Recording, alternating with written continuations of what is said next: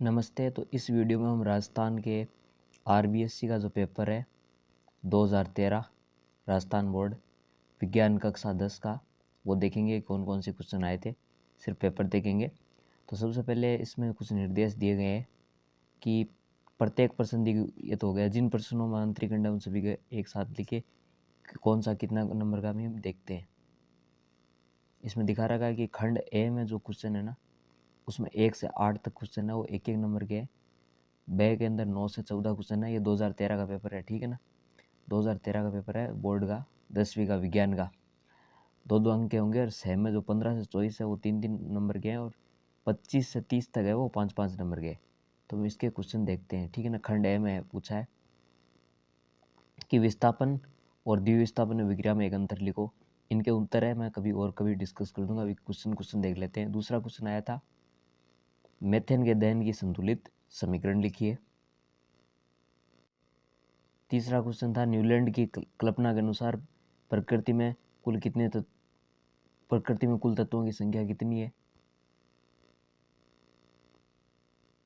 चौथा था अमीबा में प्रजनन की विधि का नाम बताइए। पांचवा प्रश्न था कोई दो प्रकार के जीवाश्म ईंधनों के नाम बताइए। छठा था विद्युत जनित्र का नाम की चित्र बनाइए। सातवां था विद्युत चुंबकीय रेखाएं परस्पर क्यों नहीं काटती। आठवां था एक 12 ओम प्रतिरोध के 3 बराबर टुकड़े करके त्रिभुजाकार आकृति में जोड़ा जाता है। त्रिभुज की किसी एक भुजा के दोनों सिरों के मध्य तुल्य प्रतिरोध ज्ञात कीजिए। अब है सेक्शन बी। इसके अंदर है गैंग व एनोड पंख पर संक्षिप्त टिप्पणी लिखिए।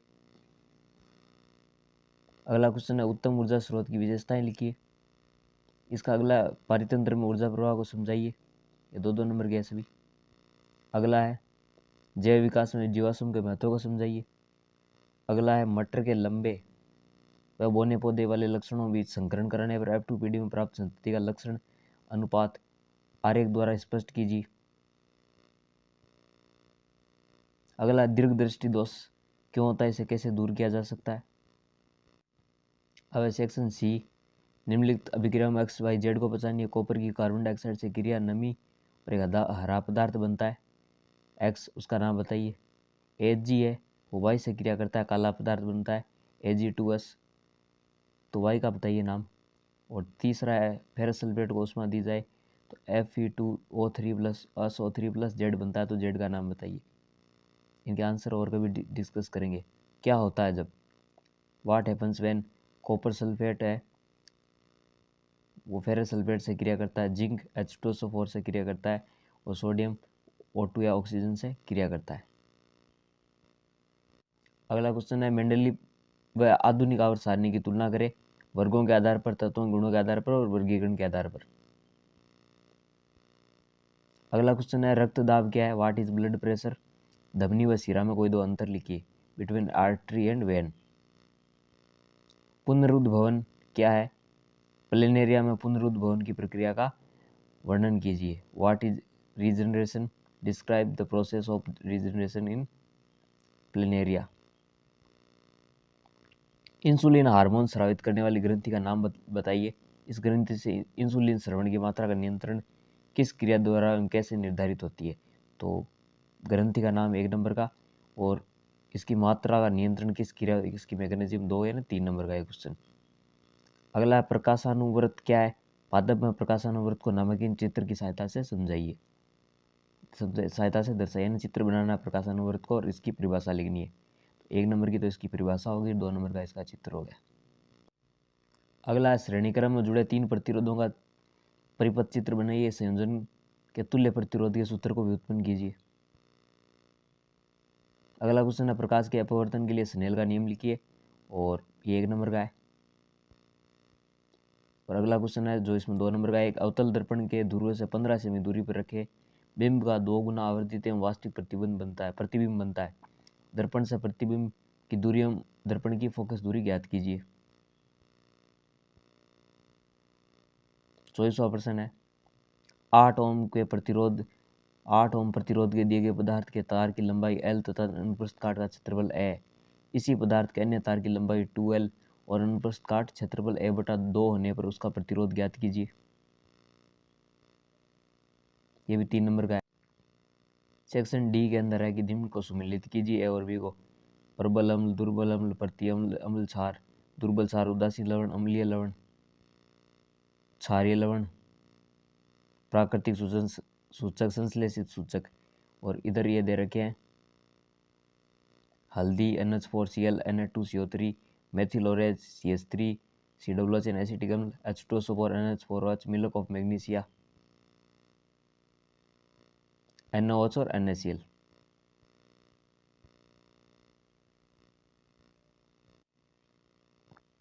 जल संभर प्रबंध के क्या उद्देश्य हैं? बड़े बांधों के निर्माण के लिए उत्पन्न समस्याओं का उल्लेख कीजिए। ये 2 प्रश्न है। अगला क्वेश्चन है 27वां, चुंबकीय क्षेत्र किसे कहते हैं? किसी छड़ के चुंबक के चारों ओर चुंबकीय क्षेत्र रेखाओं का चित्र बनाइए। इनकी किन्हीं 4 विशेषताओं को लिखिए। किसी धारावाही चालक से संबंध चुंबकीय क्षेत्र की दिशा ज्ञात करने का नियम लिखिए। अगला है एसिटिक अम्ल का संरचना सूत्र लिखो। एथेन की इलेक्ट्रॉन बिंदु संरचना लिखिए। विषम परमाणु को उदाहरण देकर समझाइए। C2H6, C3H4, C3H8 और C2H4 में से असंतृप्त हाइड्रोकार्बन को छांटिए। साबुन और अपमार्जक में एक अंतर लिखिए। या इसके अलावा अथवा दे रखा है ये क्वेश्चन कि निम्नलिखित को उदाहरण द्वारा समझाइए। संतृप्त हाइड्रोकार्बन, एल्कोहल का विकृतीकरण, प्रतिस्थापन अभिक्रिया, हाइड्रोकार्बन का दहन, असंतृप्त हाइड्रोकार्बन का हाइड्रोजनीकरण। 29वां क्वेश्चन है द्वारा परिसंचरण से आप क्या समझते हैं? मानव में ऑक्सीजन और कार्बन डाइऑक्साइड का परिवहन तथा विनिमय को चित्र की सहायता से समझाइए।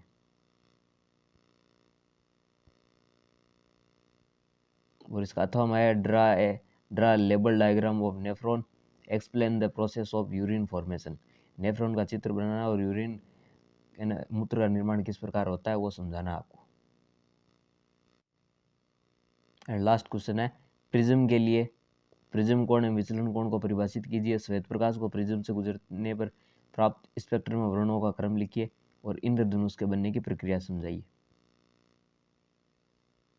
इसके अथवा में गोलीय लेंस के लिए बिंब दूरी म्यू, प्रतिबिंब दूरी न्यू तथा फोकस दूरी एफ में संबंध लिखिए।